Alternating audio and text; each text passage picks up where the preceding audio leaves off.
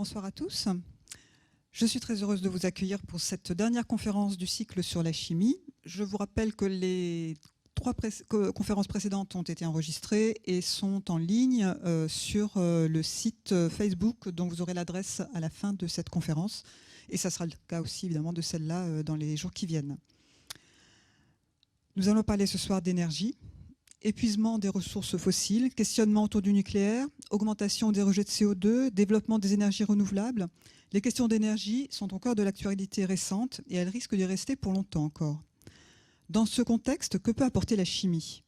Quelles bioressources pourraient être utilisées ? Quels processus industriels faudrait-il mettre au point pour établir une économie énergétique durable ? Nous allons voir ce soir que les chimistes travaillent d'ores et déjà sur des projets industriels qui pourraient être une alternative aux raffineries classiques basées sur le pétrole. Pour cela, nous accueillons Franck Duménil, professeur à l'Université de Lille, chercheur à l'unité de catalyse et de chimie des solides du CNRS et membre de l'Institut universitaire de France. Vous coordonnez la mise en œuvre d'un projet européen de bioraffinerie. Alors, pourrons-nous un jour faire rouler les voitures avec de la biomasse ? Je vous cède tout de suite la parole.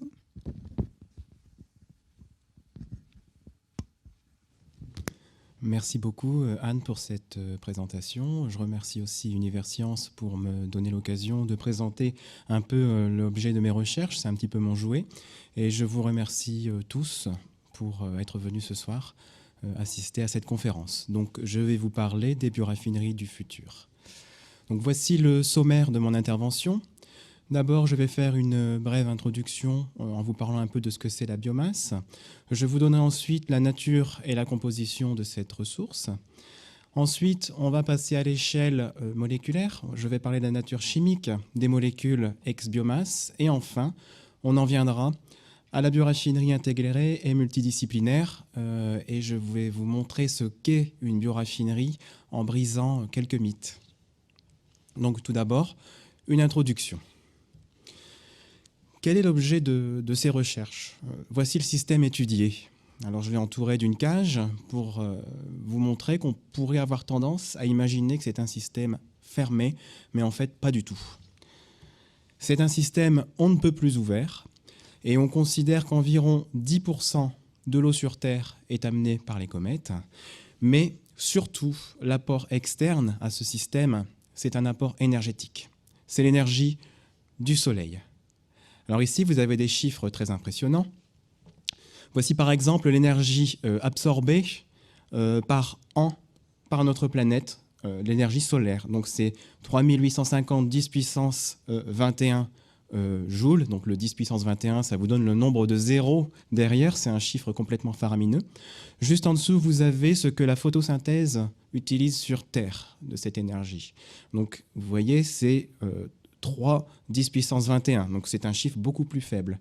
Et enfin, si on compare ceci à la somme des usages humains, qui est de 0,5 10 puissance 21 joules par an, on se rend compte que l'énergie impliquée dans la photosynthèse serait largement suffisante, si on arrivait à la domestiquer, pour combler les besoins énergétiques de toute l'humanité. Vous voyez, il y a un facteur 6 entre l'énergie impliquée dans la photosynthèse et la somme des besoins énergétiques humains. Alors, utiliser l'énergie solaire, on sait déjà très bien le faire.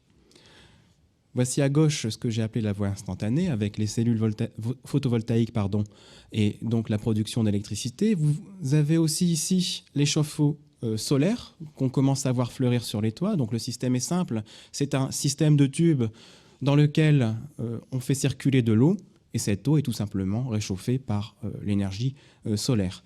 Ensuite, une approche un petit peu plus compliquée qui s'appelle photocatalyse. Donc, la catalyse, c'est la partie de la science que j'étudie le plus particulièrement. Et donc, la photocatalyse, c'est utiliser l'énergie solaire pour faire des réactions. Je ne vais pas insister beaucoup dessus parce que ça devient complexe et ce n'est pas l'objet de cette conférence. Ensuite, la voie que j'ai appelée indirecte, par provocation, parce qu'on veut utiliser la biomasse, mais finalement c'est quelque chose que la nature fait elle-même en utilisant l'énergie solaire. Donc la nature sait faire la photosynthèse, elle utilise l'énergie solaire, elle fabrique de la biomasse, et la biomasse nous sert à vivre. Alors qu'est-ce qui se passe après cette photosynthèse. Donc vous voyez, la photosynthèse est un processus qui se fait dans les plantes. On attend de quelques jours à quelques années, voire quelques dizaines d'années, et on a des plantes qui arrivent à maturité. Mais si on attend beaucoup plus longtemps, on accède aux ressources fossiles, donc le pétrole, le gaz naturel et le charbon. Alors ces ressources fossiles, on les utilise pour nos besoins énergétiques, tout le monde le sait, mais utiliser la biomasse, donc les végétaux, pour les besoins énergétiques, mais pas seulement, ça voudrait dire remonter un petit peu dans le temps pour générer tout ce dont l'être humain a besoin. Là, on a attendu très longtemps pour que ces ressources fossiles se forment, mais on aurait besoin de moins attendre pour les végétaux. Et dans l'avenir, pourquoi pas remonter encore un petit peu dans le temps et utiliser directement la photosynthèse pour faire des réactions chimiques. Pour le moment, on ne sait pas le faire. Ça commence, la recherche commence, mais on ne sait pas. Donc on en est arrivé, l'humanité en est arrivée à ce point. Donc finalement, utiliser que ce soit les ressources fossiles, donc le pétrole par exemple, ou la biomasse, donc les plantes, ça revient exactement au même, selon moi. C'est utiliser l'énergie solaire, in fine. Alors voici des chiffres qui sont certes controversés, mais qu'on a un peu tous en tête. Donc c'est un rapport de BP qui vous donne ces chiffres. Donc à gauche ici, vous avez les ressources disponibles en nombre d'années pour différentes ressources. Donc le charbon, vous voyez, il y en a pour plus de 180 années. Le gaz naturel, 64 ans. Et le pétrole, je n'arrive pas bien à voir les chiffres, 44 ans. Bon, c'est assez alarmiste comme chiffre, mais si on prend par exemple le pétrole dit non conventionnel, donc c'est le pétrole qui est difficile à extraire du sol ou difficile à traiter par des procédés chimiques de dépollution, il en reste quand même bien plus. Quoi qu'il en soit, on sait qu'un jour, ça va se terminer. Maintenant, regardons la ressource générée en un an par la photosynthèse. Donc, ça équivaudrait à 70 ans du besoin mondial en ressources. Alors tout à l'heure, je vous rappelle qu'on avait un facteur 6. Ce facteur 6 tenait compte de l'efficacité de la photosynthèse. Ici, on n'en tient pas compte, on regarde toute l'énergie solaire qui est utile pour faire une plante et on en arrive à ce coefficient de 70. Donc quoi qu'il en soit, la conclusion est que l'énergie impliquée dans la photosynthèse est suffisante pour subvenir aux besoins humains, largement suffisante. D'où l'idée d'utiliser la biomasse, qui est une transformation de l'énergie solaire en quelque chose de tangible pour l'être humain. C'est quelque chose qui a donc de l'avenir. Donc, je viens de parler beaucoup de biomasse, mais le mot biomasse en lui-même, c'est un mot qui est relativement récent. Je dirais qu'il y a une trentaine d'années, on n'entendait pas parler de ce mot-là. Maintenant, si vous regardez bien les publicités à la télévision, on entend le mot biomasse parfois, mais ce n'est pas forcément quelque chose d'évident encore pour tout le monde. Donc, je vais expliquer ce que c'est la biomasse. Alors, on va commencer par la définition donnée par l'Europe, qui est une définition en anglais, qui vient d'une directive adoptée en 2008. Donc, la biomasse signifie la fraction biodégradable de produits, de déchets et de résidus de l'agriculture, incluant des substances végétales et animales, donc de l'aquaculture, de l'industrie forestière et des industries reliées, par exemple une papeterie, et la fraction biodégradable collectée et séparée des déchets municipaux industriels, ainsi que les boues qui sortent des usines. Donc, voici ce que nous dit l'Europe. Il y a plusieurs définitions de la biomasse, avec des petites variations, mais en Europe, voici la définition qu'on donne. Dans la suite de l'exposé, je vais me concentrer plutôt sur la biomasse végétale, sur l'aquaculture, donc les algues, et l'industrie forestière. Donc la biomasse, est-ce qu'on sait l'utiliser? La réponse est oui. On sait tous, sinon on ne serait pas là. Ne serait-ce que pour l'alimentation, pour nous nourrir. On sait faire des objets en bois, des meubles, des charpentes. On sait la brûler pour faire par exemple du barbecue ou pour se chauffer. On peut l'utiliser directement, plus ou moins directement pour l'habillement avec les fibres de coton, du lin.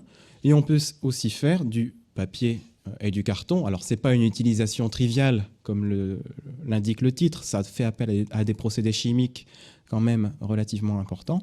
Mais je voulais le mentionner parce que certains d'entre vous sont en train de prendre des notes, je vois, et vous écrivez sur de la biomasse. Et on a encore toute une foule d'applications, mais on n'a pas le temps de toutes les mentionner ici. Alors maintenant, l'idée pour un chimiste, c'est de valoriser, de faire quelque chose de cette biomasse, de la transformer grâce à la chimie. Alors, est-ce que c'est une idée nouvelle? Non, pas du tout. C'est très, très ancien. Donc, ici, vous voyez à droite, c'est une petite illustration, on ne voit pas bien ce que c'est, mais en fait, c'est un traité de chimie de Berzelius, du 19e siècle. Et dedans, je tire un extrait. Alors, saponification. Lorsque l'on fait digérer des huiles grasses avec de l'alcali caustique, il se forme une combinaison soluble dans l'eau que l'on appelle savon. Elle est connue de toute antiquité, et Pline en fait mention sous le nom de sapo, que l'on fait dériver de l'ancien mot germanique sapo. Donc, pour un chimiste, le vocabulaire est légèrement désuet, mais ça veut bien dire ce que ça veut dire, c'est une réaction chimique. Et dans l'Antiquité, les Romains savaient faire du savon en extrayant l'huile des végétaux et en utilisant les cendres qui contiennent en fait ce qui est appelé ici l'alcali caustique, donc de la potasse, KOH. On mélangeait le tout et on obtenait du savon. Par contre, ce n'est qu'en 1823 qu'Eugène Chevreul, un scientifique français, a mis en musique, j'allais dire, a montré ce que c'était du point de vue de la chimie que cette réaction. On a enfin compris cette réaction qu'on utilisait depuis longtemps. Donc valoriser la biomasse à partir de la chimie, ça fait très longtemps qu'on le fait. Maintenant, on a beaucoup plus d'outils. On a fait avancer suffisamment la science pour faire des choses beaucoup plus complexes, raffinées et aussi utiles, bien entendu.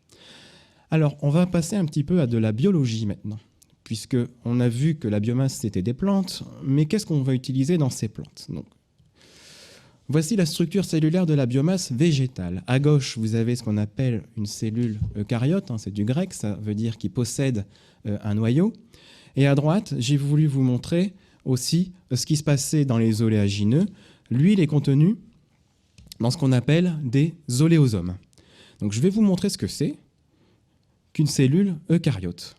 Alors une cellule eucaryote végétale contient un noyau et contient de la matière que le chimiste va vouloir utiliser. Notamment ici, dans ce qu'on appelle les vacuoles, la vacuole centrale, vous avez des sucres. Mais le plus important pour le chimiste, actuellement, c'est ce qu'il y a autour. C'est ce qui délimite la cellule. Ce sont les murs. Vous imaginez ces cellules qui sont un puzzle imbriqué, et vous avez, entre chaque cellule, des murs qui tout simplement font que la cellule a une cohésion. Il ne faut pas que tout ce qu'il y a à l'intérieur se déverse. Alors ça va devenir un petit peu plus compliqué. Mais les murs, en réalité, sont constitués de plusieurs épaisseurs. Vous avez les murs primaires, les murs secondaires, et aussi une sorte de colle entre les murs qui font que les cellules tiennent ensemble. Sinon, ça serait comme un jeu de cartes, un coup de vent et tout s'effondrerait. Non, c'est collé chimiquement par de la pectine. Et la pectine, tout le monde sait ce que c'est, ou tout du moins tout le monde en mange, je suppose. C'est le constituant dans les confitures qui fait que la confiture tient à une cohésion, donc c'est bien de la colle. Et on peut vendre, ça se vend de la pectine pour solidifier les confitures. Alors maintenant, les murs. Là, ça devient un petit peu plus compliqué. Vous avez des murs dits primaires qui contiennent ces structures ici, qui sont des polymères. Donc ce sont les murs qui sont formés à la naissance des cellules.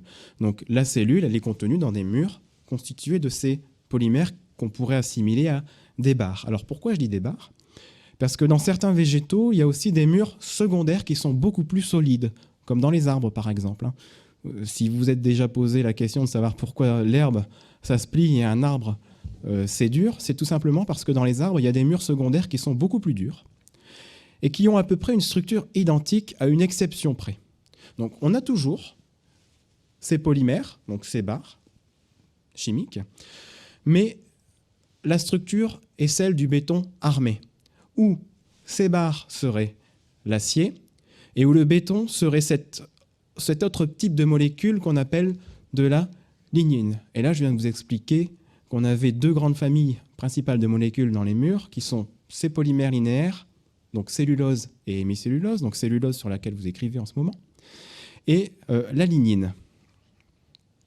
Maintenant, avant d'aller un petit peu plus loin, je voulais vous montrer les oléosomes qui contiennent l'huile. Donc, ce sont des tout petits corps gras qui contiennent l'huile ici, qui est représentée arbitrairement en bleu, enfermée dans une gangue de ce qu'on appelle d'autres molécules, des phospholipides et des oléosines, qui sont des protéines. Donc un chimiste, lorsqu'il veut utiliser les huiles pour faire de la chimie, il est obligé d'abord de les obtenir plus ou moins pures, puisque les procédés chimiques ne sont pas forcément tolérants aux impuretés. Suivant les végétaux, les oléosomes vont être différents. Il va falloir développer des technologies, non pas de chimie, mais plutôt de physique, voire physico-chimique, pour bien séparer tous les constituants et récupérer de l'huile en mettant de côté les phospholipides et les oléosines. Mettre de côté, ça ne veut pas dire qu'on ne va pas les utiliser. On peut aussi les séparer et les utiliser pour faire de la chimie. Alors, je vous donne ici les estimations globales de quantité de matière. La matière organique, végétale, la plus répandue sur Terre est la cellulose. Ça représenterait environ 30 à 50% de la biomasse. Et donc, la quantité synthétisée par les végétaux est phénoménale et correspond à environ 50 à 100 milliards de tonnes par an. C'est énorme. La seconde, c'est la lignine, donc le béton du béton armé. Au-dessus, la cellulose, ce sont les barres d'acier. Maintenant, c'est le béton du béton armé, qui est la seconde matière organique la plus présente sur Terre, avec environ 20%.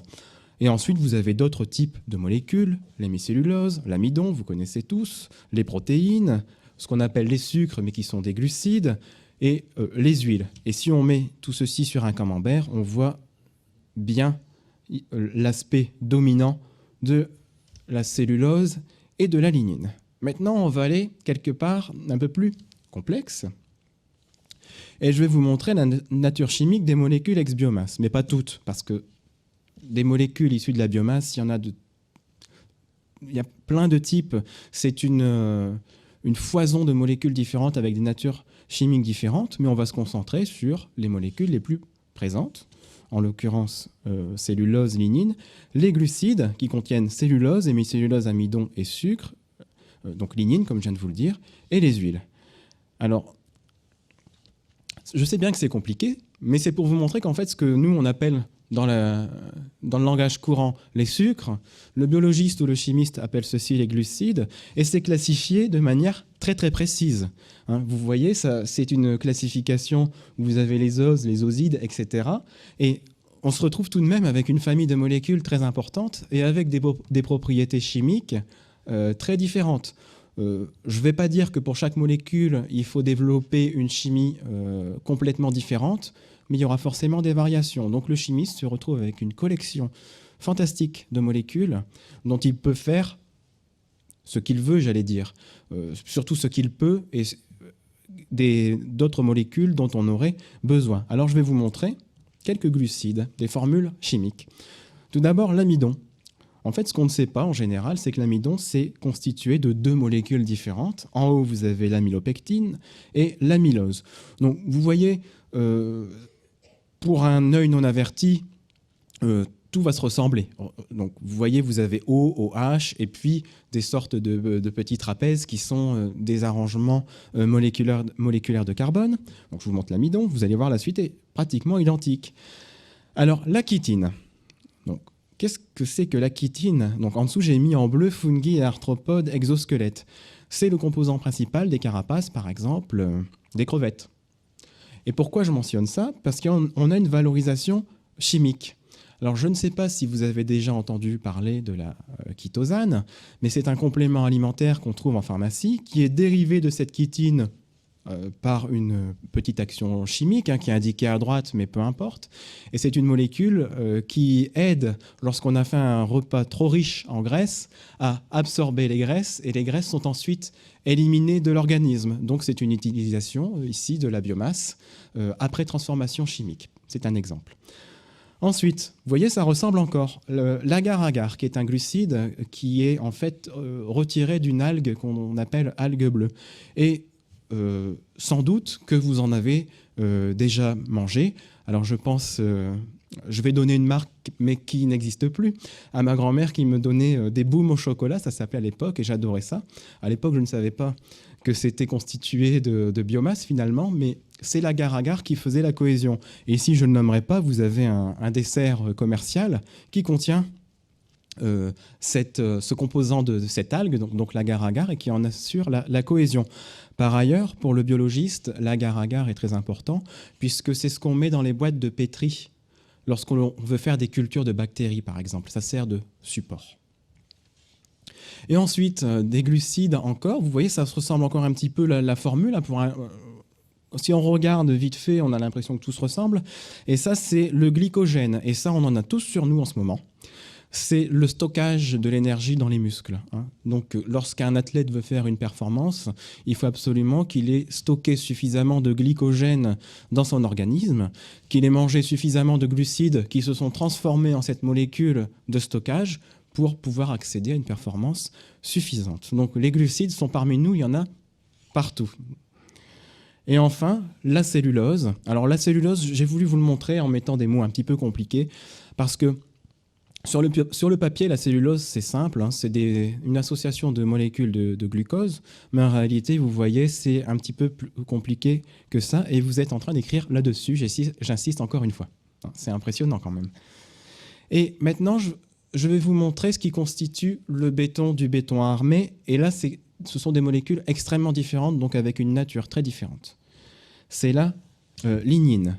Alors, vous voyez, ça a une particularité par rapport aux molécules que je vous ai montrées tout à l'heure, c'est la présence de ces structures ici qui sont des cycles dits aromatiques, des cycles benzéniques et qui n'existent pas dans les barres d'acier de cellulose et d'hémicellulose. Alors, qu'est-ce que ça veut dire qu'il y a deux constituants comme ça principaux des murs des cellules? Ça veut dire qu'il y en a un qu'on connaît très bien et dont la chimie est bien connue, et un deuxième pour lequel la chimie est bien plus complexe, et c'est celui-ci, qui est le challenge actuellement. C'est très difficile à traiter.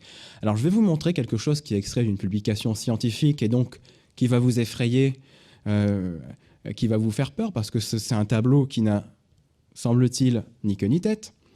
Mais en fait, c'est les voies possibles de valorisation de la lignine, parce qu'on a cette molécule immense, et on souhaiterait la découper pour en faire des petites molécules qu'on utiliserait pour d'autres applications. Alors, la technologie est très complexe, elle n'est pas encore maîtrisée, et ce tableau recense un peu l'état de l'art, c'est-à-dire ce qu'on sait faire, ce qu'il faudrait faire, etc.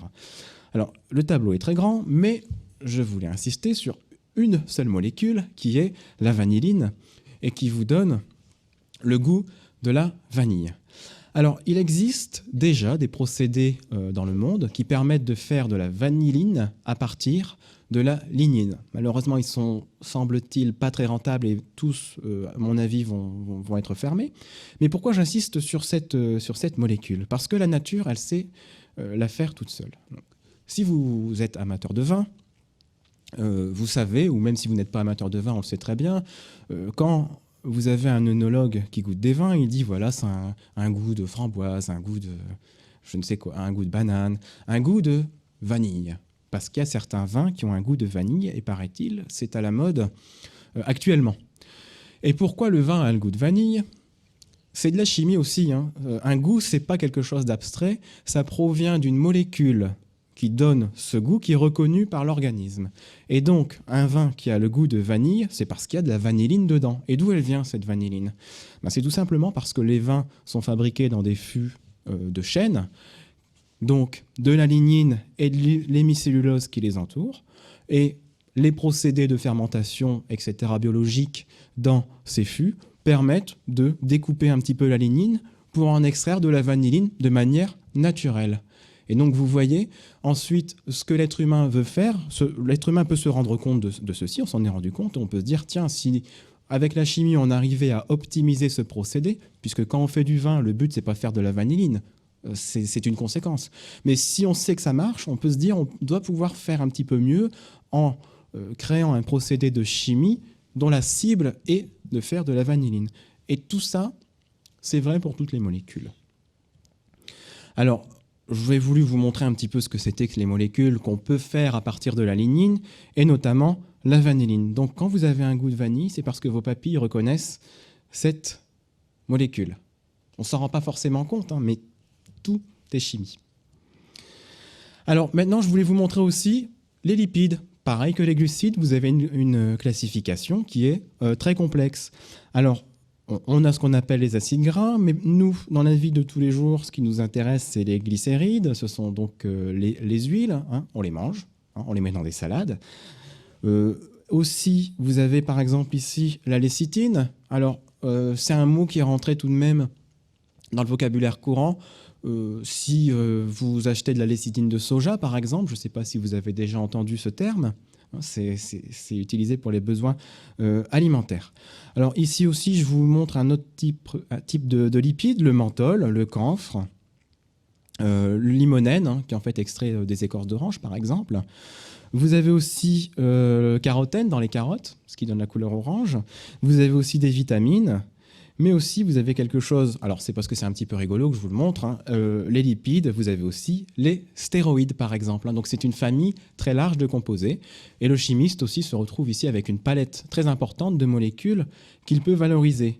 Mais on a aussi d'autres molécules, comme le biogaz. Hein, quand vous laissez du compost, vous avez des dégagements de biogaz. Alors c'est du CH4, hein, par exemple... mélangé avec du CO2 et de l'H2S. Donc l'H2S, c'est un peu moins sympathique, hein, puisque c'est un gaz qui sent pas très bon et qui est pas très bon pour la santé, mais on l'élimine, hein, en chimie. Ensuite, vous avez les cires. Donc, ce qu'on appelle cire, c'est cutine et subérine, et le liège des arbres est constitué à 45% de ce type de structure qui est représenté ici. Donc, vous voyez, ça donne des molécules très complexes. Hein, la chimie se complexifie. Et aussi les protéines. Alors, je ne le montre pas ici parce que ça prendrait beaucoup de temps, mais les protéines aussi, vous avez le même type d'arbre que je vous ai montré pour les glucides et les lipides, avec une classification très précise et beaucoup de types différents. Donc, le chimiste a toute une collection de molécules sous la main, ou peut avoir une collection de molécules sous la main, pour faire des transformations chimiques. Et maintenant, je vais vous parler de qu'est-ce qu'on va faire de ces molécules, et je vais vous montrer mon jouet, qui est la bioraffinerie intégrée multidisciplinaire. Alors, je vais vous montrer deux schémas horriblement complexes. Le premier, qu'est-ce que c'est? Alors, je sais bien, on voit pas grand-chose, mais ce sont les conversions qu'on fait à partir du pétrole. Donc, à partir du pétrole, vous avez plein de flèches qui partent partout. On fait un premier type de produit, des séparations, et ensuite, on fait plein de réactions chimiques pour obtenir, que sais-je, le matériau ici, le plastique de mon micro, certaines fibres de vos vêtements, les cosmétiques que vous avez, par exemple. On a même eu une idée à un moment de faire des protéines à partir du pétrole, donc de faire de la nourriture à partir du pétrole. Et vous voyez que maintenant, on est dans une problématique inverse. On prend de la biomasse qui peut être de la nourriture et qui peut ne pas l'être aussi, pour en faire des carburants. Donc, on se retrouve complètement à l'inverse de ce qu'on voulait faire avant.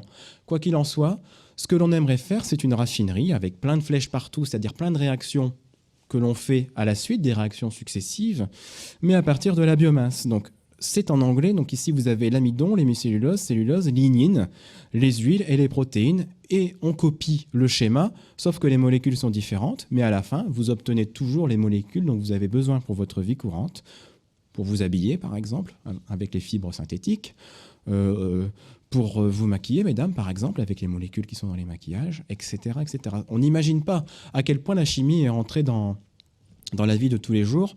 On estime que plus de 90% des produits manufacturés dans le monde font appel à la chimie, hein, tout de même. Alors maintenant, on va passer avec des transparents qui sont en anglais. Je vais les commenter, il y a une explication de la langue. Vous verrez après pourquoi c'est en anglais. Donc je vais vous présenter le concept Eurobioref que je dirige.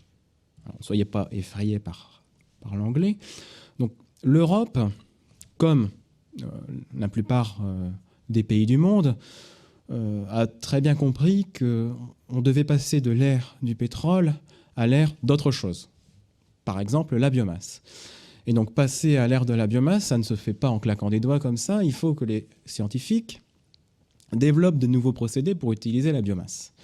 Et donc, l'Europe fait ce qu'on appelle des appels d'offres, auxquels les scientifiques répondent, proposent un projet, voilà ce que je voudrais faire, et des experts évaluent et disent oui ou non. En l'occurrence, j'ai eu la chance d'être sélectionné donc, sur ce projet Eurobioref avec 2 autres projets, Biocor et Suprabio, que je mentionne, qui sont aussi des projets pour faire des bioraffineries en Europe, et un projet qui s'appelle Star Colibri, qui est un projet qui permet d'identifier en Europe qui fait quoi dans le domaine des bioraffineries pour des réactions simples, par exemple, que l'on pourrait combiner entre elles. Puisque ce n'est pas le tout de travailler sur la biomasse, on ne travaille pas isolé. Le mieux, c'est d'avoir un réseau et de travailler en réseau et de prendre des compétences, d'utiliser des compétences pour avoir des effets de synergie et aller beaucoup plus vite. Donc, mon projet Eurobioref, je vais vous en parler un peu plus précisément. Donc, c'est un réseau de bioraffineries européennes intégrées qui a commencé le 1er mars 2010. Donc, c'est un peu plus d'1 an et ça va durer 4 ans. Ça ne veut pas dire qu'en 4 ans, vous aurez une bioraffinerie qui va sortir de terre. Mais on va s'en approcher. Alors, c'est toujours en anglais, mais je vais vous le commenter. Tout ceci est disponible sur le site internet eurobioref.org. Je vous le remontre au cas où vous ne l'auriez pas vu. Donc, c'est ici, eurobioref.org. Vous pouvez le noter. Vous avez les informations en anglais et vous êtes les bienvenus. Si vous avez des questions à poser, vous avez les adresses mail des intervenants à la fin, notamment la mienne. Donc, qu'est-ce que c'est que la bioraffinerie du futur ou, comme on l'a mis en anglais ici, la Next Generation Biorefinery. Donc, actuellement, une bioraffinerie, qu'est-ce que c'est? C'est à gauche. Vous avez un type de biomasse qui est transformé par un procédé pour donner un carburant. Par exemple, on a un exemple typique au Brésil. Vous avez de la canne à sucre qui est transformée, fermentée pour donner de l'éthanol, qui est incorporé dans les essences ou utilisé en tant que tel comme essence. La bioraffinerie du futur, c'est s'intéresser à toute cette collection de molécules que je vous ai montrées, ne pas s'attacher à une seule, les transformer dans un tas de procédés différents pour donner beaucoup de produits différents. Donc, des carburants, mais aussi des produits chimiques et par exemple des polymères. Alors, pourquoi on veut faire autre chose que des carburants? Parce qu'un jour, il faudra bien trouver les molécules qui nous servent dans la vie de tous les jours, autre part que dans le pétrole, rien que pour faire le plastique de mon socle, pour faire mon ordinateur, les plastiques qui sont autour. On aura besoin de la biomasse.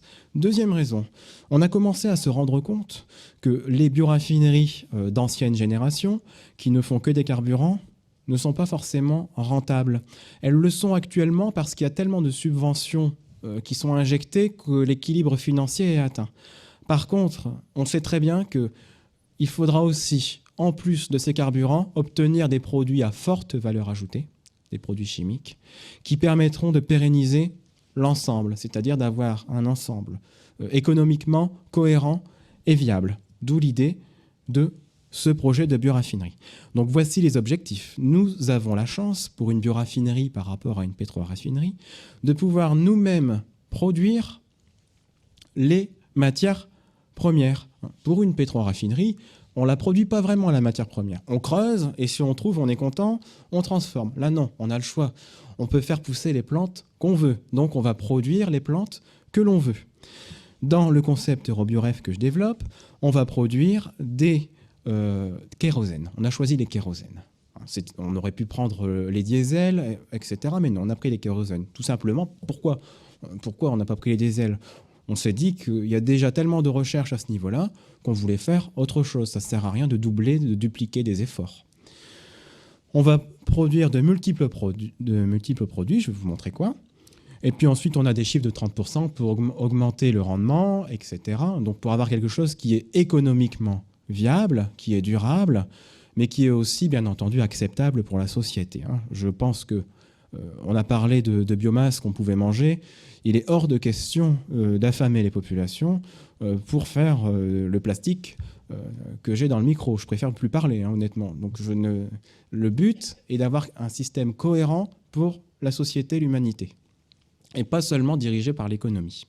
Et aussi, le dernier point qui est ici, alors je suis désolé pour l'anglais, mais vous avez bien compris que c'est un projet européen et où on a 14 nationalités et nous préparons ce genre de documents et tout le monde doit comprendre la même langue. On a choisi l'anglais ici, pour des raisons évidentes.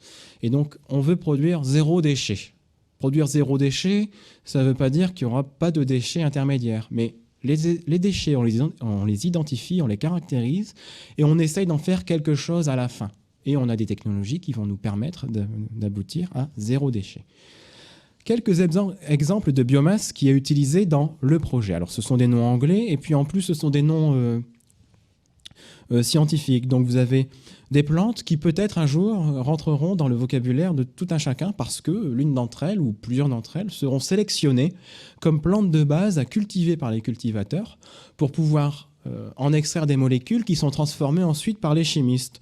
Donc, ici, vous avez ce qu'on appelle en anglais castor, mais en fait, en français, c'est ricin. Donc, l'huile de ricin, qui n'est pas alimentaire, peut être utilisée pour faire de la chimie. On peut la découper, on peut faire des réactions avec. Donc, ici, vous avez les oléagineux. Et ici, vous avez, alors c'est en anglais, mais ça ressemble bigrement au français, les lignocellulosiques. Et maintenant, vous savez ce que c'est. Ligno, c'est la lignine, c'est le béton. Cellulosique, c'est les barres d'acier. Et donc, on sépare ces deux composants pour faire de la chimie. Et on a des plantes, par exemple le sol, et tous ces genres de plantes qui ne sont pas très connues pour le moment, en tout cas du grand public, qui produisent cellulose et lignine dans des qualités qui peuvent nous intéresser, dans des quantités qui peuvent nous intéresser. Et puis, on fait des tests sur des champs et on regarde si ça marche du point de vue de la chimie. Et ensuite, on a tous les matériaux résiduels de diverses industries. Et par exemple, je vous donne l'exemple d'une papeterie. Je recommence sur le papier. Alors, pour faire un papier de bonne qualité, il faut absolument séparer au maximum la lignine. Donc, il faut avoir de la cellulose la plus pure possible. Alors, ça fait appel à des procédés chimiques, voire thermochimiques. C'est pas si simple que ça, de séparer des barres d'acier du béton armé. Pourtant, on est obligé de le faire pour avoir du papier de bonne qualité. Si vous écrivez sur du papier de qualité moyenne, il y a des chances qu'il y ait beaucoup de lignine dedans. Alors, je vous ai dit tout à l'heure que la lignine, c'était compliqué à utiliser. Très compliqué. Alors, ce qui sort d'une papeterie, c'est le papier avec la cellulose et la lignine, sous forme d'une liqueur noire, qui est un mélange infâme de molécules issues de la lignine. Et ça, si on arrivait à en faire quelque chose, ça serait fantastique, puisqu'on aurait une valorisation chimique pour donner des molécules à partir de cette lignine. Et donc, ça serait un moyen de valoriser un résidu d'une industrie qui existe depuis très longtemps, l'industrie papetière. Et dans le projet, on a... Alors, c'est petit, et ce sont des tas de molécules qui ne vont pas forcément vous dire grand-chose, mais on a ici des moyens de valoriser cette liqueur noire, dans cette lignine, par de nouvelles réactions. Donc, ce sont des grandes familles de molécules que je vous donne ici, des alcools, des acétals, ce sont des molécules chimiques. Par exemple, les acétals, ça ne vous dit rien du tout, sauf qu'il y en a dans les parfums. C'est pas mentionné dans ce parfum, nous avons autant d'acétal, mais ça peut être utilisé par exemple dans la parfumerie. Et un acétal, par exemple, ce n'est pas un composé chimique, c'est une grande famille avec plusieurs types différents. Donc dans cette bioraffinerie, vous voyez dans les cadres bleus, j'ai mis des grandes familles de produits, mais vous multipliez facilement par 5, par 6 ou par plus ce qu'on obtient à la fin comme produit chimique utilisable dans diverses applications. Alors, je voulais vous montrer aussi ceci. Ça vous montre un petit peu la complexité de ce qu'est une bioraffinerie avec la chimie qui est tout de même au centre. Parce que ici, vous avez tout ce qui est chimie. Donc, chimie enzymatique avec des enzymes, catalyse homogène, hétérogène. Ce sont des procédés de chimie. Je ne vais pas insister dessus. Mais vous voyez, la chimie, c'est au cœur. Parce que... Pourquoi c'est au cœur? Parce qu'on a des molécules issues de la biomasse. Donc à gauche, ici, vous avez la biomasse et les plantes.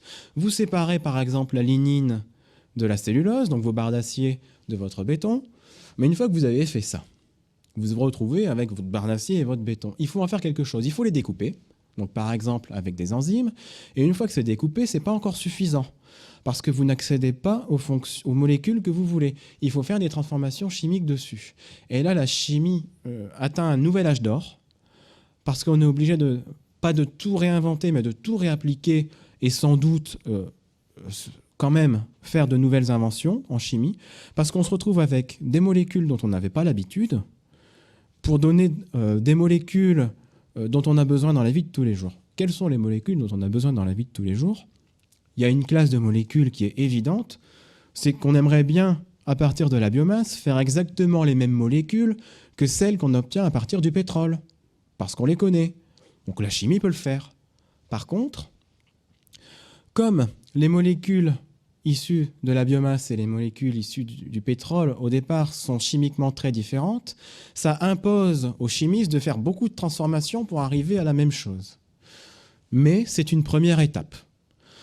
Ce qu'on commence à faire aussi et qu'on fera ensuite, c'est regarder les molécules issues de la biomasse et se dire on va faire le moins de transformations possible pour obtenir de nouvelles molécules qui nous intéresseraient. Et donc, commencer à mettre un peu de côté toute cette chimie qui est sortie du pétrole. L'avantage sera d'utiliser moins d'énergie puisqu'on fera moins de transformations. Le désavantage, c'est qu'il faudra créer le marché pour ces nouvelles molécules. Puisque pour le pétrole, ça fait longtemps que c'est développé, il y a un marché existant. Maintenant, on va créer de nouvelles molécules qu'on pourra mettre par exemple dans les kérosènes, développer de nouveaux marchés.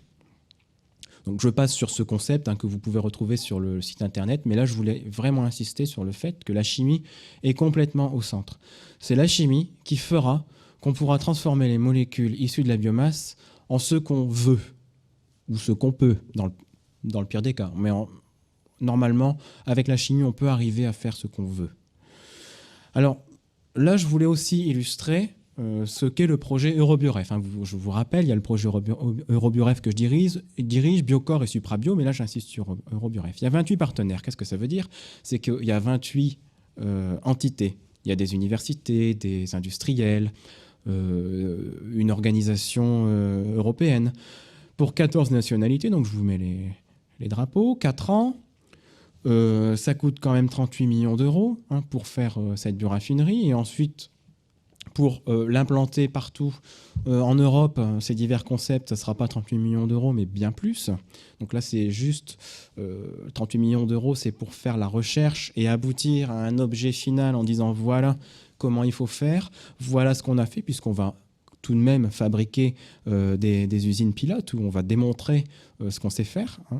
Et dans 10 ans, pour vous donner un chiffre, on devrait utiliser des molécules issues de ce projet dans la vie de tous les jours. Donc, c'est pour vous montrer un peu en Europe comment ça s'organise, les pays qui sont impliqués, dont la France, qui dirige aussi le deuxième projet, Biocor. Mais ce n'est pas parce que les autres pays ne sont pas dans le projet qu'on ne va pas faire appel à leurs compétences pour avoir de nouvelles idées ou pour implanter des bioraffineries. C'est tout simplement parce que vous imaginez bien qu'un tel projet, d'une telle ambition, déjà avec 28 entités, c'est difficile à gérer. On commence par ce cœur de partenaires pour développer de nouvelles technologies et ensuite, on espère, et on a de très bons espoirs, que la sauce va prendre et que beaucoup de gens vont collaborer avec nous. J'ai un petit exemple. On a un site internet et j'ai été contacté par diverses industries pour pouvoir développer de nouveaux procédés, mais aussi par des agriculteurs qui me disent « Voilà, on a vu votre projet, on aimerait bien planter des plantes issues de votre projet, donnez-nous les graines, dites-nous comment il faut faire, dites-nous ce qu'il faut faire. » Alors ici se pose la question de est-ce que les agriculteurs, s'ils voient que grâce aux plantes que l'on produit, ils peuvent gagner plus d'argent, est-ce qu'ils ne vont pas transformer par exemple leur champ de betterave ou leur champ de blé en champ de miscanthus, par exemple, qui est une des plantes que je vous ai montré qu'on ne peut pas manger. Et on se retrouverait donc avec des gens qui veulent faire du profit et qui ne plantent que des choses qu'on ne peut pas manger. Et donc, nous, on serait affamés. Non, pas du tout. Première chose, c'est que nous avons des agronomes dans le projet et on sait très bien qu'il y a des terres disponibles, notamment en Europe, pour faire des cultures industrielles. Deuxième chose qu'il ne faut pas oublier, c'est que les progrès se font aussi sur les culture alimentaire, c'est-à-dire qu'on sait que dans 20 à 30 ans, on aura une telle augmentation des rendements par hectare pour les cultures alimentaires que ça libérera de la place pour des cultures industrielles. Et troisième chose, le projet a une approche qui est, je dirais, très originale, mais qui est quand même ancienne, mais qu'on remet au goût du jour. C'est que dans les plantes que on a identifiées pour générer des molécules, certaines d'entre elles ont des propriétés remarquables. Ces propriétés sont des propriétés de enrichir le sol en nutriments, détruire les parasites qui sont présents dans le sol. Et donc, la couche agronome du projet, puisqu'il y a des agronomes, comme je vous le disais, établit une stratégie de rotation de culture.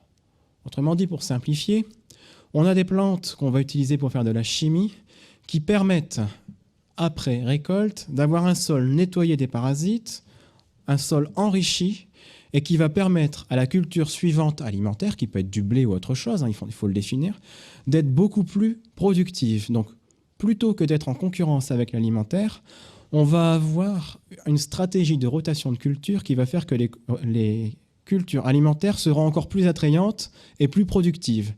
Donc, on a résolu le problème comme ceci dans ce projet. Alors là, je vous montre les compétences parmi les partenaires. Bon, ce que je veux vous dire, c'est que la chimie est au cœur de ce projet. C'est vraiment elle qui donne le là. Mais il ne faut pas oublier qu'on a besoin de la coordination. Donc, par exemple, moi-même, puisqu'il faut quand même faire parler maintenant des agronomes avec des chimistes, avec des gens qui font des procédés industriels, avec des industriels, avec des économistes aussi, puisqu'on vérifie tout de même, c'est bien beau de faire sur le papier ou de faire dans un laboratoire quelque chose qui marche bien. J'allais dire, c'est pas compliqué de faire quelque chose qui marche bien, mais qui est vendable à un coût raisonnable et qui est viable, ça c'est beaucoup plus compliqué. Donc on a des économistes qui nous disent, attention là, votre procédé n'est pas viable parce qu'il utilise trop d'énergie à la fin, on ne pourra pas le vendre. On fait aussi ce qu'on appelle de l'analyse de cycle de vie, c'est-à-dire qu'on vérifie qu'on ne fait pas pire que mieux au niveau de l'environnement. Parce que remplacer le pétrole par les végétaux, la première chose qu'on se dit, c'est parce que le pétrole va décliner, on en aura de moins en moins. Oui, peut-être.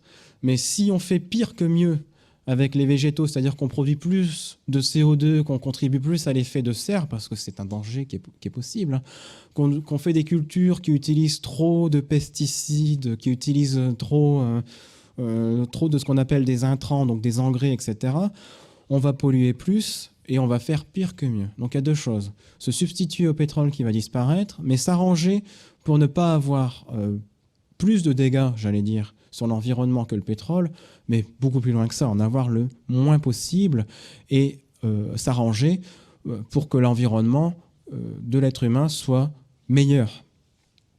Donc c'est cette structure que je vous présentais ici. Et on a cette action transversale qui s'appelle dissémination, exploitation, standardisation, etc. Tout simplement, c'est ce que je suis en train de faire ici ce soir. C'est ce qu'on appelle dissémination, en fait, c'est diffuser l'information, donc aux scientifiques, aux industriels, mais aussi au public, puisque c'est très important de communiquer sur ce genre de nouveaux concepts, que tout le monde soit informé de ce qui se passe dans la science. Ce n'est pas quelque chose de fermé, tout le monde doit participer. Je vous ai mentionné les problèmes éthiques entre l'alimentaire et le non-alimentaire. Il est hors de question de faire quelque chose dans son coin et ensuite de dire, bon, écoutez, vous allez avoir vos crayons, votre papier, votre essence pour mettre dans la voiture, mais pour manger, vous inquiétez pas, on verra après comment on fait. Non, hors de question. Et là, je voulais vous démontrer qu'on fait attention à ce genre d'aspect et communiquer sur ce qu'est une bioraffinerie. Donc, je vais passer très vite sur la suite de ces transparents. Donc, effectivement, ça implique des avancées techniques qui sont mentionnées ici, mais ça devient très technique.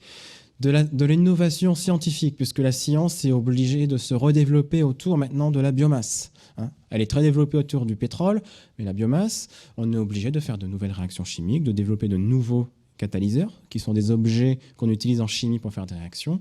On est obligé de réinventer beaucoup de choses. Hein. Et en chimie, je vous le répète, selon moi, c'est le nouvel âge d'or de la chimie, puisqu'on a tout à refaire. On a aussi des résultats de business, puisqu'on a des partenaires industriels, et le but, c'est quand même faire quelque chose qui va être viable économiquement, qui va rapporter de l'argent, mais ce n'est pas le but ultime, rapporter de l'argent. Le but, c'est de se substituer au pétrole et de toujours pouvoir vivre de manière durable. Et l'Europe, en lançant ces 3 projets, donc plutôt ces 4 projets, a l'ambition en 2020 de créer, à l'horizon 2020, de créer 200 000 emplois. Alors, quel type d'emploi? Je voudrais un petit peu en parler ici, je n'avais pas prévu, mais dans le fil de ma pensée, je me suis dit que c'était bien de vous en parler. Alors, quelle est la différence fondamentale de localisation d'une pétroraffinerie par rapport à une bioraffinerie? La pétroraffinerie, on la met dans une zone portuaire, puisqu'on a des tankers qui amènent le pétrole. La bioraffinerie, on ne va pas amener de la biomasse, donc des végétaux, par tanker. On va se mettre là où il y a la biomasse. Pourquoi on va se mettre là où il y a la biomasse et pourquoi on ne va pas la transporter? Bon, on pourrait très bien l'imaginer, mais la transporter, c'est coûteux. Imaginez de faire venir par camion des arbres, de l'herbe. vous avez une zone limite à partir de laquelle transporter par camion de la biomasse est très coûteux en énergie et en argent, et où c'est même plus la peine de penser faire un procédé chimique derrière, puisque le coût est trop important. Donc on va devoir mettre nos bioraffineries dans les champs. Qu'est-ce que ça veut dire? Ça veut dire que dans des zones rurales qui sont relativement désertées, on va créer une industrie de très haute technologie et des emplois spécialisés. On aura besoin de chimistes, de biologistes, etc. Donc on va redynamiser des zones un peu partout, pas qu'en Europe, hein, mais dans le monde, en créant des objets technologiques avancés qui ont besoin de compétences avancées. Et donc des emplois très hautement qualifiés dans des zones habituellement désertées. Et ensuite, donc, on s'assure que les performances sont durables, donc du point de vue économique, l'argent, toujours l'argent, on ne veut pas faire quelque chose de trop cher, mais aussi du point de vue social. On veut que, si au bout de 5 ans, le champ, on l'a tellement épuisé qu'on ne peut plus faire de biomasse, ça ne sert à rien, on ne veut pas de ça, c'est hors de question. Durable aussi dans le sens de l'éthique, on veut que les gens puissent survivre, c'est quand même le but final de ce système qu'on avait l'impression fermé, le système terrestre. Le but, c'est une conférence hier du prix Nobel de chimie Jean-Marie Laine à laquelle j'ai assisté, qui disait le but, c'est pas de faire survivre la Terre. On peut très bien préserver la Terre, mais le but final, c'est de faire survivre l'homme qui est sur la Terre, notre but. On sera très content si la Terre reste, mais si l'homme n'est plus dessus, on ne sera même pas là pour savoir si on est content ou pas. Donc, cette durabilité, sustainability en anglais, c'est aussi la durabilité de l'espèce humaine et s'arranger pour que les gens aient à manger et en même temps de l'énergie et des molécules pour leur chimie. Donc là, c'est pour montrer uniquement qu'on avait des résultats la première année, mais je vais passer dessus puisque ça va peut-être un peu rébarbatif. Là, je vous résume en fait le but commun qu'on a dans ce projet, c'est de produire des kérosènes, mais aussi des molécules. Et je reviens à ce que je disais de manière intermédiaire dans ma conférence, c'est qu'on sait maintenant qu'une bioraffinerie qui ne ferait que des carburants n'est pas viable. Donc on fait des carburants qui sont des produits chimiques à grand volume, mais à faible marge, à faible valeur ajoutée. Et à côté de ça, on fait des produits chimiques qui ont de moins grande quantité, mais sur lesquels on peut tirer un bénéfice maximal. Et en mixant les deux, on arrive à faire un ensemble cohérent pour remplacer la chimie du pétrole par la chimie de la biomasse. Alors ça peut être un peu perturbant, mais comme vous voyez, c'est un projet, on reçoit sur 38 millions d'euros, 23 millions d'euros de l'Europe. Je voudrais remercier mon sponsor, l'Europe, pour cette subvention loin d'être négligeable. C'est une quantité énorme d'argent, c'est une responsabilité énorme, mais on y arrivera, on va faire ce qu'on a promis de faire, c'est-à-dire une bioraffinerie. Et enfin, je voudrais vous remercier pour votre attention. Merci beaucoup.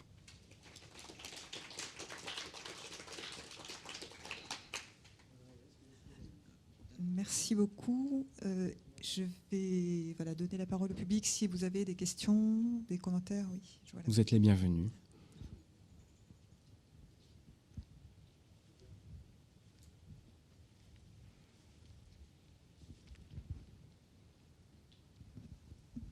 Bonsoir, merci pour cette conférence extrêmement enthousiaste que j'approuve si vous réussissez, bien entendu.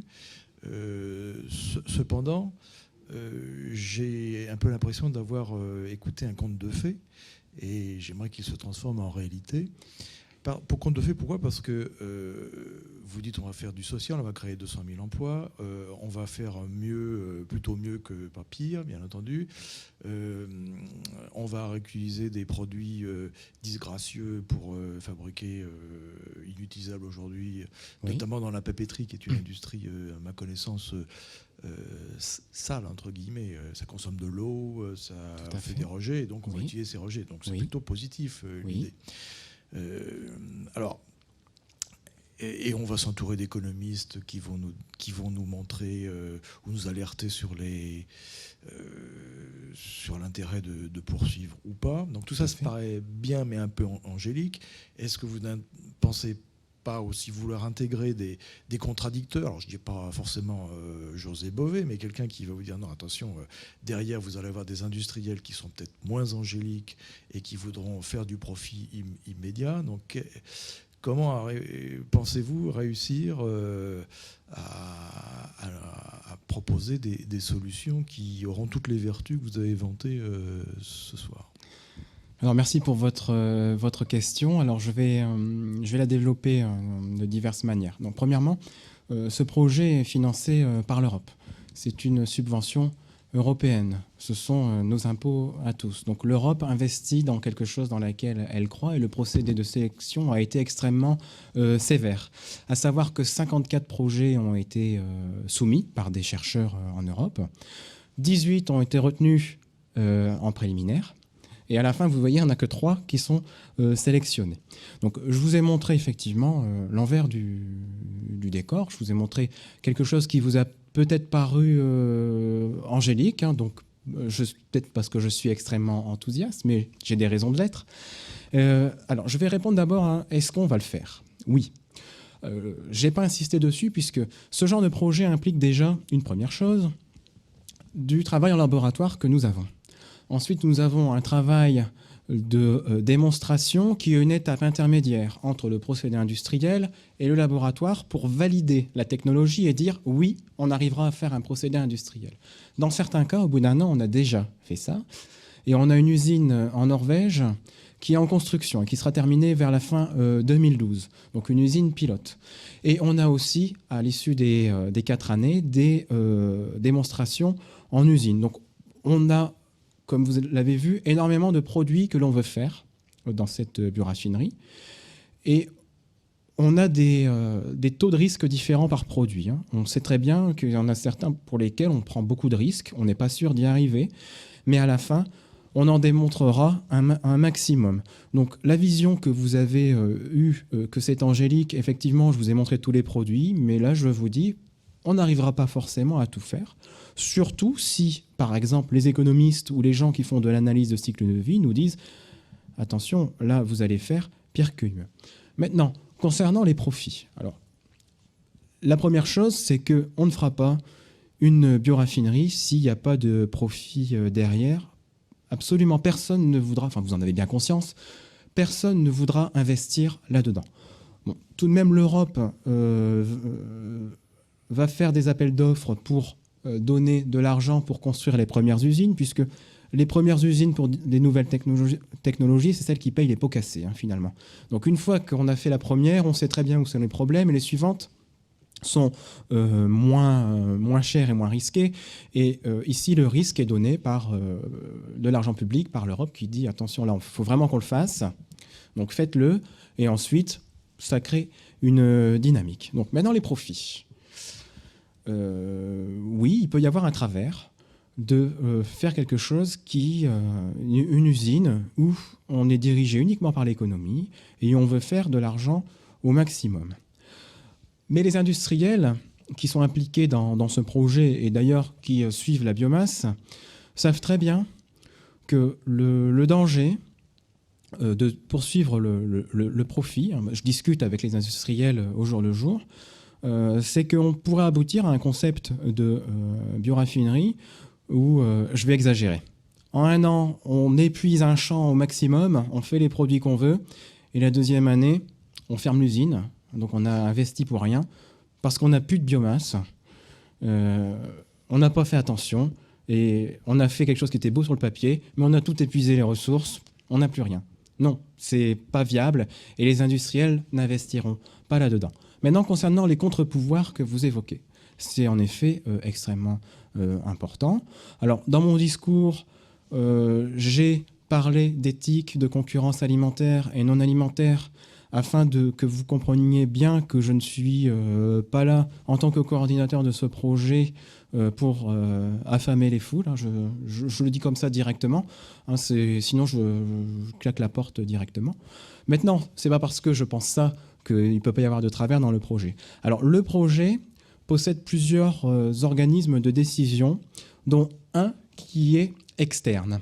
nous avons inclus à ce projet ce qu'on appelle en anglais un Sustainability Advisory Board, donc un comité d'évaluation de la durabilité où nous avons des experts externes, complètement indépendants du projet, et qui sont là pour nous alerter sur diverses problématiques. Par exemple, je vous donne juste un exemple, on a un partenaire qui n'est pas européen, qui est à Madagascar.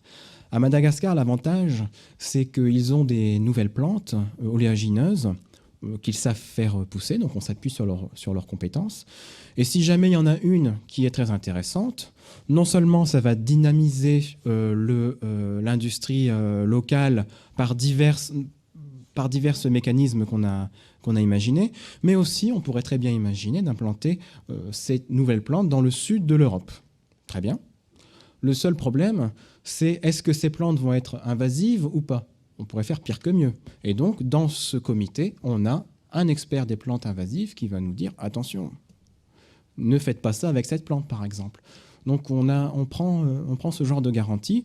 Et par ailleurs, on est tout à fait ouvert aux critiques, parce que la critique est toujours quelque chose de bien. Et si quelqu'un nous alerte, on prend ça en considération de manière extrêmement sérieuse. On veut un concept durable, on veut aboutir au conte de fées le plus proche possible de ce que je vous ai évoqué. Et donc, on est dans un système global où on doit prendre des compétences partout, écouter les sonnettes d'alarme, c'est très important, en tenir compte et réagir en fonction.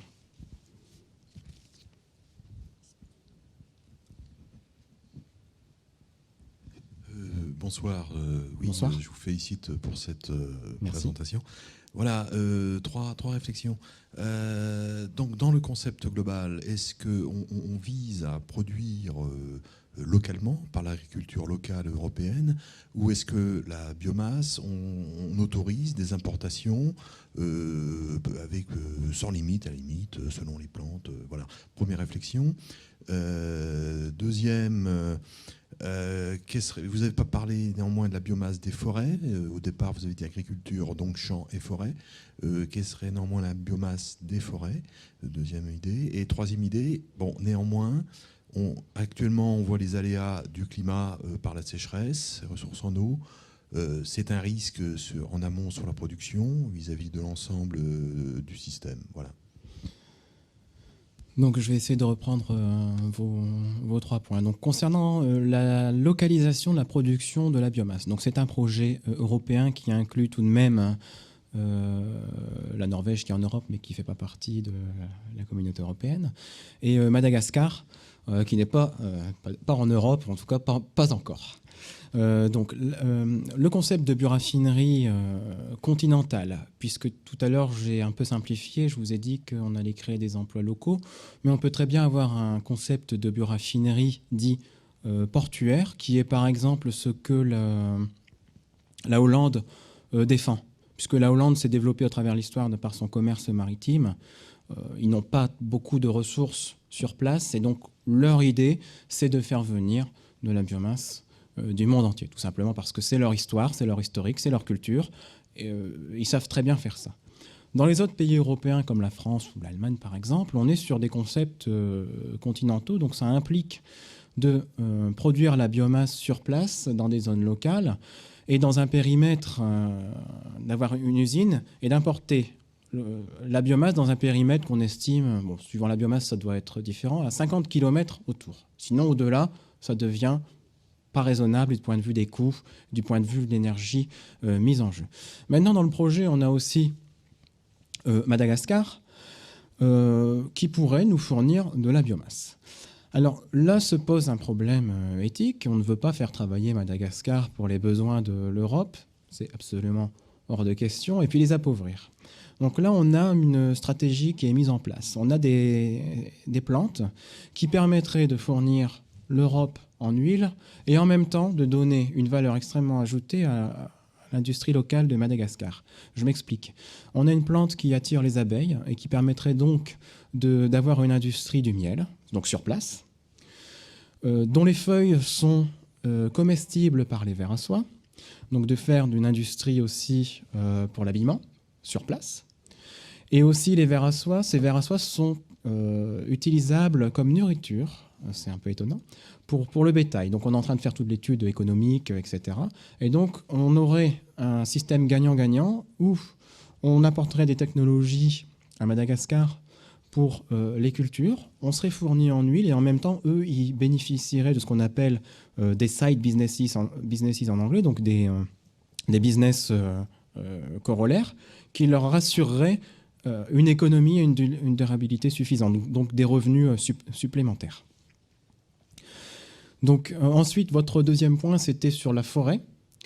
Donc, j'ai pas beaucoup parlé de forêt, mais en fait, j'aurais peut-être pu insister un peu plus, c'était implicite. Donc, le pilote dont je vous ai parlé, qui est en construction, qui sera fini en 2012, il va être fait en Norvège, par notre partenaire Borgard, qui est spécialiste notamment de la séparation entre la lignine et la cellulose, donc du traitement des forêts. Et donc, c'est directement dans le projet, oui. Et en particulier, on veut utiliser les liqueurs noires, qui sont cette mixture infâme que l'on récupère après séparation de cellulose et de lignine, donc qui vient de la lignine. Et ensuite, j'ai un petit trou de mémoire quant à votre troisième point. Les aléas climatiques, pardon. Oui, alors, un système établir une bioraffinerie, c'est quelque chose d'extrêmement complexe, avec de très très nombreux paramètres. Donc, je vais revenir à la sécheresse après. Déjà, vous devez implanter votre bioraffinerie là où vous avez la biomasse la plus intéressante. Si vous obtenez une molécule à partir de biomasse lignocellulosique, que je me permets d'employer des mots un peu plus compliqués puisque je vous ai expliqué, et de biomasse oléagineuse, vous obtenez deux molécules et vous voulez les faire réagir dans une troisième usine. Est-ce que vous faites ça dans une troisième usine ou est-ce que vous déplacez le tout à l'usine où il y avait les lignocellulosiques? Plein de questions se posent. Ensuite, si vous avez un type d'usine, parce que la bioraffinerie, ça ne va pas être unique, hein, il va y en avoir plein de concepts différents suivant l'endroit où vous l'implantez. Hein. Si vous la mettez dans le nord de l'Europe, ça sera basé sur lignine et cellulose. Dans le sud, plutôt sur les huiles. Maintenant, si vous avez besoin d'un apport d'électricité, hein, parce que pour faire tourner une usine, on a besoin d'un minimum d'électricité. Vous avez aussi quelque chose auquel on ne pense pas forcément au début. Le prix de l'électricité est différent partout en Europe, donc vous avez un optimum quelque part. Pour être un peu provocateur, la main-d'œuvre aussi est différente partout en Europe. Donc vous avez un optimum quelque part. Vous avez un jeu de paramètres phénoménal à exploiter. Et en plus, vous avez les aléas climatiques qui peuvent faire qu'à un moment, vous n'avez plus de biomasse. Donc ça doit être traité par les aspects logistiques, hein, puisque dans le projet, on a des logisticiens. Ce qui implique, donc pourquoi la logistique? Bon, non seulement le transport, aussi le moissonnage, j'en ai pas parlé, mais comme on va planter de nouvelles plantes pour le moissonnage, on va être obligé de développer de nouveaux types de moissonneuses, mais aussi le stockage. Et on doit imaginer un stockage dit tampon pour justement éviter ce genre de problème. Mais bien entendu, ça a ses limites, hein, comme les réservoirs d'eau. Donc là, effectivement, on se retrouve avec un petit problème d'approvisionnement. Et on doit pouvoir aussi compter sur des sources extérieures, dont par exemple Madagascar. Bonjour et merci beaucoup. Le mot Madagascar me résonne beaucoup, j'y ai vécu et j'ai quelqu'un de ma famille qui est allé il n'y a pas longtemps et qui a accepté de donner un petit peu participer à l'investissement à Majunga. Et j'ai dit c'est bien, mais c'est peut-être un cadeau qui n'aura pas de suite parce que c'est quand même de l'éthanol. Et puis, il y a toute une partie qui est perdue. Il y a je ne connais pas les parties lignines, peut-être, je ne sais pas. Et est-ce que votre projet est tout à fait différent, là, ou est-ce qu'il peut justement récupérer cette partie perdue, qui ne sert qu'à faire que de l'éthanol, et la partie perdue peut être rattrapée, parce que je ne sais pas où en est cette usine. C'est juste à la sortie de Majunga. Là. Oui. Et c'est l'Inde, je crois, qui faisait ces trucs-là. Je ne sais pas si vous êtes au courant. Non, je ne connaissais pas ce projet. Par contre, effectivement, donc, l'éthanol, on l'obtient comment? En procédé de première génération. Par exemple. Et on fait une fermentation. Donc, ce qu'on fait pour faire du vin, on l'adapte. Hein. Donc, quand vous faites du vin, vous faites une fermentation et vous transformez du sucre en éthanol. Ce qu'on sait faire maintenant, c'est un procédé de deuxième génération qui est justement prendre une partie des déchets que vous mentionnez, la cellulose, et la découper. Hein. Donc plus partir du sucre, mais prendre la cellulose, dont on ne sait rien faire, dont on ne savait rien faire, pardon, la découper et faire de l'éthanol. Mais maintenant, il restera toujours les déchets, par exemple, de lignine, s'il en reste.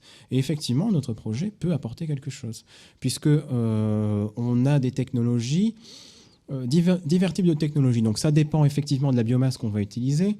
Mais une des solutions, quand on ne sait plus quoi faire à la fin d'un déchet, on peut le gazéifier. Donc en le gazéifiant, on peut en retirer l'énergie, mais on fait ce qu'on appelle du gaz de synthèse, qui est CO plus H2. Et ce gaz de synthèse, on peut le convertir dans des technologies actuellement développées. Alors ça devient un petit peu plus compliqué. Une des technologies qui est en cours, c'est la technologie dite de Fischer-Tropsch. Donc on prend CO et H2, on fait réagir ces molécules et on fait ce qu'on appelle des alcanes, donc des chaînes carbonées avec des hydrogènes qu'on peut utiliser comme carburant.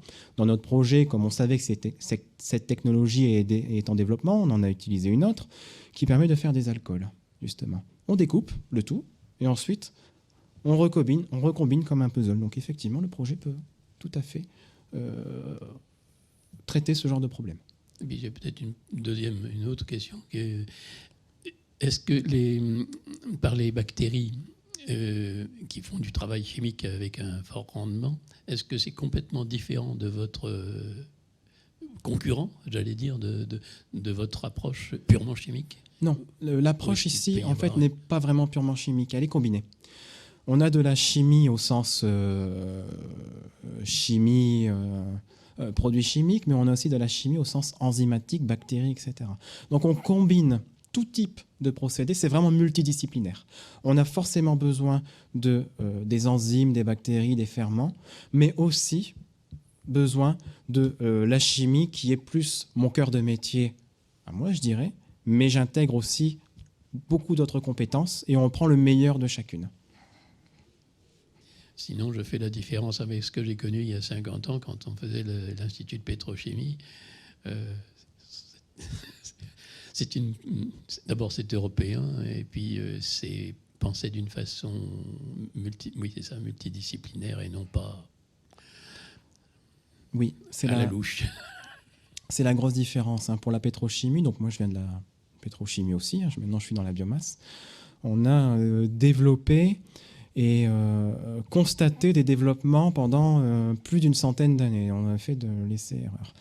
Et j'ai un ami, Daniel Thomas, qui avait cette phrase, j'aime bien, il dit en Europe, on a déjà des bioraffineries constatées. Ça existe, c'est-à-dire qu'on a fait des essais-erreurs, et puis on a ajouté tel et tel composant, et on a vu que ça commence à marcher.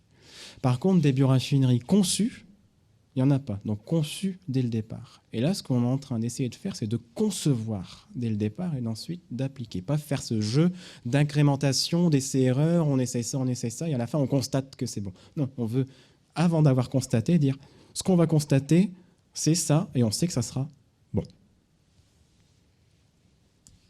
Merci.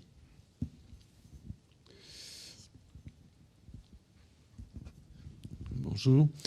Je serais curieux de savoir si un projet comme celui-ci ou similaire existe ailleurs dans le monde, parce que je pense qu'en fait, finalement, pour que ces recherches soient rentables, il faudra qu'elles soient vendables à un certain moment. Et si d'autres font la même chose, ça risque de faire dériver le bateau. C'est-à-dire que toutes les précautions que vous avez prises, etc., pour que ce ne soit pas polluant, etc., si d'autres ne les prennent pas pour avoir des coûts meilleurs, vous serez bien obligé de suivre, sans quoi ça ne se vendra pas. C'est une très bonne question. Donc effectivement, par exemple, les USA ont des projets de ce type. Et l'Europe discute avec les USA pour faire quelque chose ensemble. Donc j'ai déjà assisté à des réunions avec mes homologues aux USA. Pour répondre à votre question, que je vais plutôt considérer légèrement sous un autre angle, c'est si quelqu'un d'autre fait n'importe comment au meilleur prix et comment on peut être concurrentiel. Donc effectivement, il faut éviter tout cela. Maintenant, la question est de savoir comment on évalue qu'on fait n'importe comment ou pas. Ça, c'est compliqué. Et dans le projet, dans les 3 autres projets, mais aussi on voudrait élargir le tout, on essaye de mettre en place des indicateurs et des choses très précises pour dire tout simplement, en faisant ça, on va améliorer ou pas. J'explique de manière un peu plus simplifiée. Maintenant, sur tous les appareils électriques, vous avez A, B, C, D, E, F, G. Avant d'aboutir à ça, il y a quand même tout un effort d'harmonisation, de réflexion pour trouver quelque chose de cohérent. Et on est en train de faire cela avec les bioraffineries, mais avec des critères tout à fait différents de ceux qui sont utilisés pour les appareils électriques. Pourquoi on s'est amené à faire cela? Parce que déjà, on a 3 projets de bioraffinerie qui ne sont pas en concurrence, hein, on travaille ensemble, donc mon projet, Eurobioref, Biocor et Suprabio. Il va y avoir des points communs, des molécules communes, et on voudrait savoir, par exemple, quel est le procédé le moins cher et le moins polluant. Cette question a l'air évidente, mais en fait, elle ne l'est pas du tout. Elle ne l'est pas du tout, parce que chacun peut avoir un outil différent pour dire on est le moins polluant.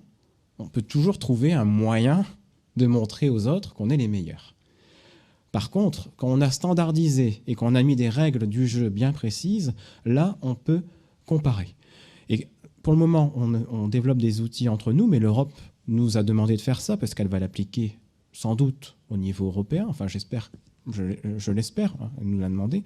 Mais aussi, il faut qu'on parle avec nos homologues, notamment américains et dans le monde entier, pour avoir un outil de comparaison global.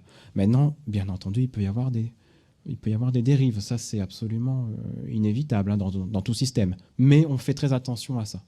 Comparer, et une fois qu'on sait comparer, on peut dire lequel est le meilleur et choisir.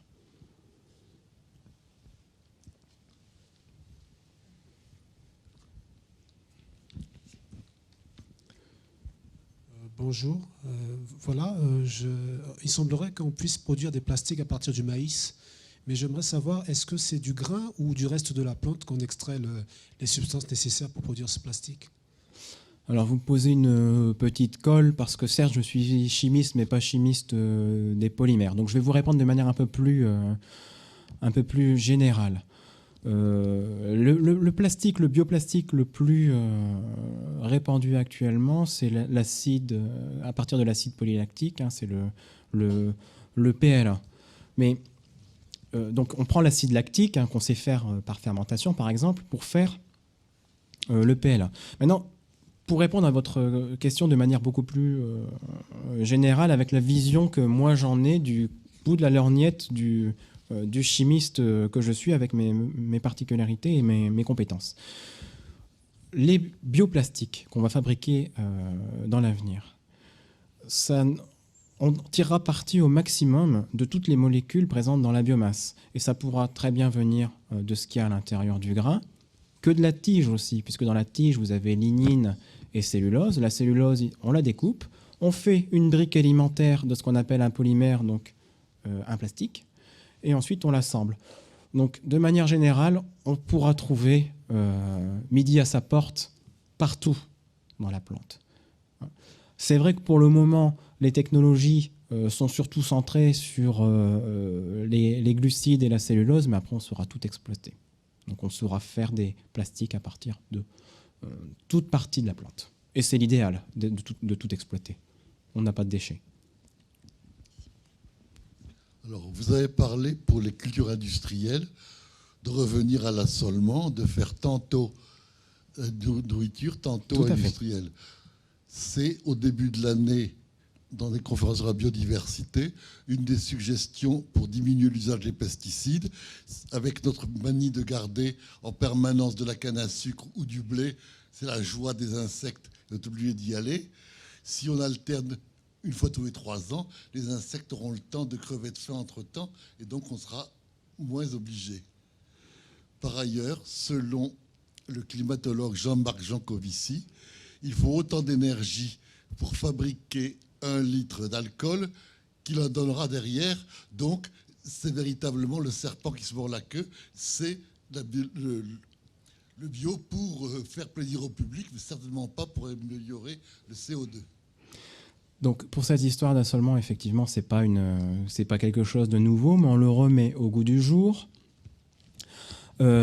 avec de nouvelles plantes, et donc il faut réinventer les bonnes rotations de culture optimales. Et donc on fait beaucoup de tests dans les champs actuellement. Maintenant, pour votre exemple de l'éthanol. Donc je suppose que c'est pour l'éthanol de première génération. Parce que l'éthanol de première génération, effectivement, on s'est rendu compte qu'on n'utilisait pas toute la plante et que finalement, alors je n'ai pas les statistiques parce que je ne suis pas spécialiste de ça, mais je suis tout à fait au courant du problème que c'est un cas où on peut faire pire que mieux. Maintenant, si on prend la deuxième génération où on prend aussi la cellulose, on se retrouve dans un système qui est beaucoup plus favorable du point de vue du bilan CO2. Et je rebondis sur ce bilan CO2 que vous avez mentionné, qui est un des indicateurs pour dire si on fait pire que mieux. Après, il y a la consommation en eau, etc. Mais le bilan CO2, c'est très important pour l'effet de serre. Nous faisons attention à ce bilan CO2 et nous avons un partenaire suisse qui nous fait l'évaluation. Et si on se retrouve dans le cas que vous avez mentionné d'éthanol de première génération pour un des produits chimiques que l'on va obtenir, qui est différent de l'éthanol, on dira non, on ne le fera pas. Donc, à l'avance, puisque maintenant les outils sont beaucoup plus au point pour vérifier ces considérations. Avant, la méthodologie, à mon sens, n'était pas suffisamment perfectionnée. Mais maintenant, on est dans une dynamique dans ce projet où on regarde, on fait de la recherche, et si la recherche dit oui, on y va. Si elle dit non, on n'ira pas. Est-ce qu'il y a une question encore, une intervention ? Oui.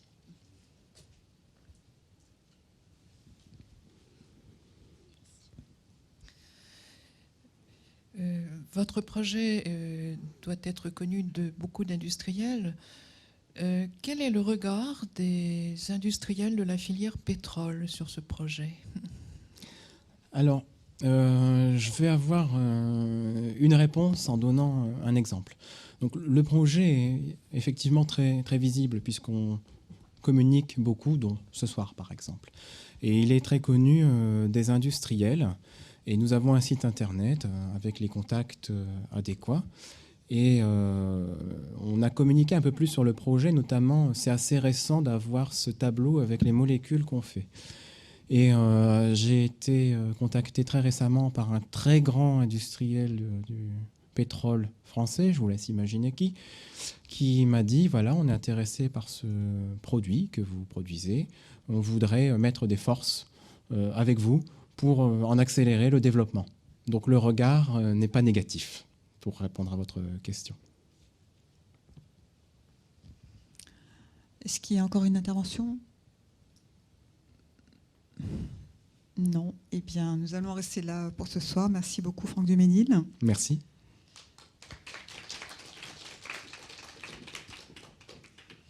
Et je vous rappelle donc, que vous pouvez retrouver toutes ces conférences sur le site internet dont vous avez l'adresse à l'écran. Bonne soirée à tous. Oui.